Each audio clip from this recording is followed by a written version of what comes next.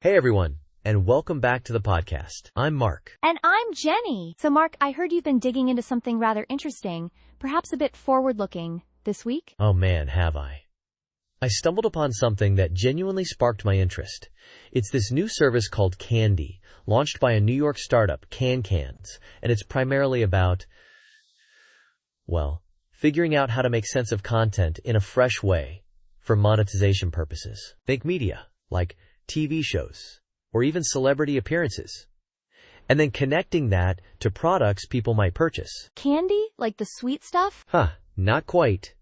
It stands for CanCan Data Yarn, which, I know, sounds a bit abstract, right? But essentially what's happening is they're using AI to analyze what's times the content, like, visually and contextually, and then linking that to relevant merchandise through affiliate marketing. It's kind of like bridging storytelling with product discovery, which is quite clever. Okay, hold on. Let me make sure I understand this. So instead of just placing an ad time next times to a video, they're analyzing the times actual video to locate products related to what's displayed on screen. For instance, if a character is wearing a nice jacket in a program, it could suggest where one might buy it. Precisely.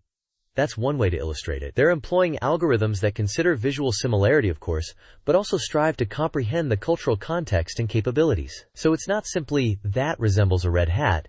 It might be, this red hat aligns with the style of this character in this particular scene, and viewers who appreciate this show might also like this hat. That's intriguing. But how does it function in practice?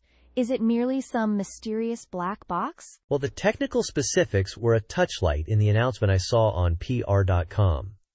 They mentioned AI-powered tools and algorithms. My inference, based on how these systems typically operate, is that it involves rather sophisticated machine learning models analyzing images and potentially using natural language processing if there's dialogue involved. Consider models trained on extensive datasets to identify objects, styles, and even subtle cultural cues. So essentially, they're transforming media content into this rich, sort of, data source that can be explored for commercial prospects? That's the idea.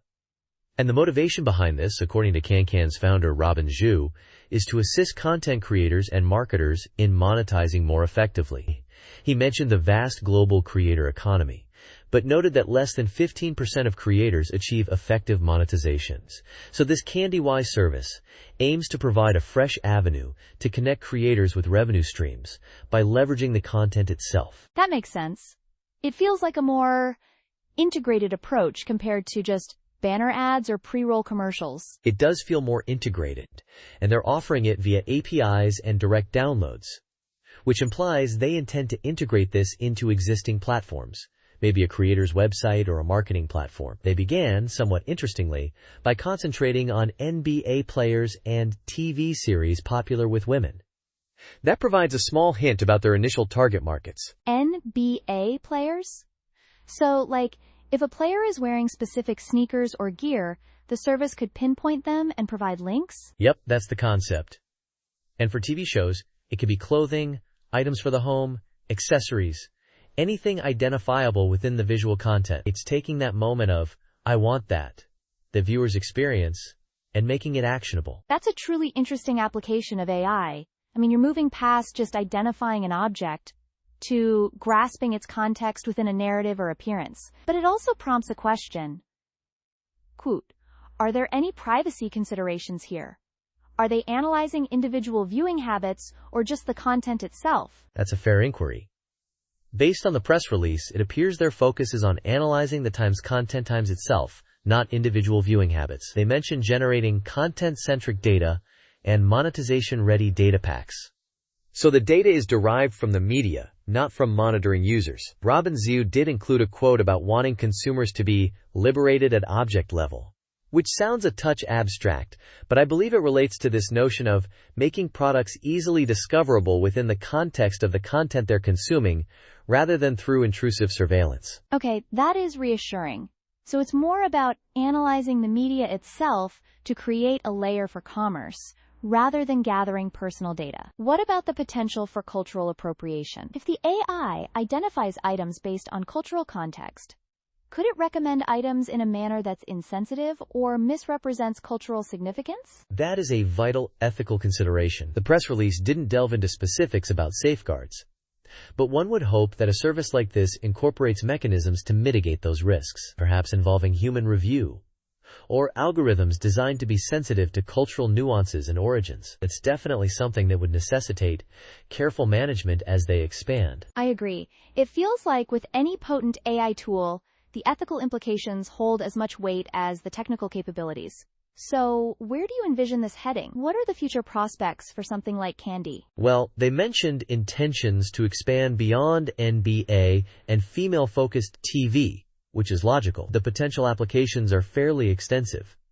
Consider films, other sports, even user-generated content if they pursue that route. The trend towards highly personalized and contextual marketing is certainly on the rise, and Candy appears well situated to capitalize on that by making products discoverable directly within the media people are already consuming. It could become a notable tool for creators seeking new income streams beyond conventional advertising. It's a fascinating concept, transforming the very essence of content into a marketplace. I mean, we're already seeing inklings of this with some platforms tagging products in posts, but this feels like a far deeper, more automated approach to understanding the why times behind a recommendation. Precisely. The context is the key differentiator. Like, that jacket isn't merely a jacket. It's asterisk, that times jacket, worn by that times character during that times significant moment in the episode. That layered comprehension is what gives it power. Now, since it's just launched, we don't have an abundance of real-world examples or user feedback yet. We'll need to monitor how creators and marketers begin utilizing it and what kind of outcomes they observe. Definitely something to keep an eye on. It feels like a step towards making the creator economy more viable by providing them with more direct methods to link their content to commerce. Good find, Mark. Thanks, Jenny. Discoveries like this are what make this subject so engaging. Taking something intricate and seeing how technology can forge connections we might not have previously considered possible. Indeed. Well, that wraps up our time for today's episode. A big thank you to Mark for delving into the world of CanCan and Candy. My pleasure. And sincere gratitude to all of you for tuning in.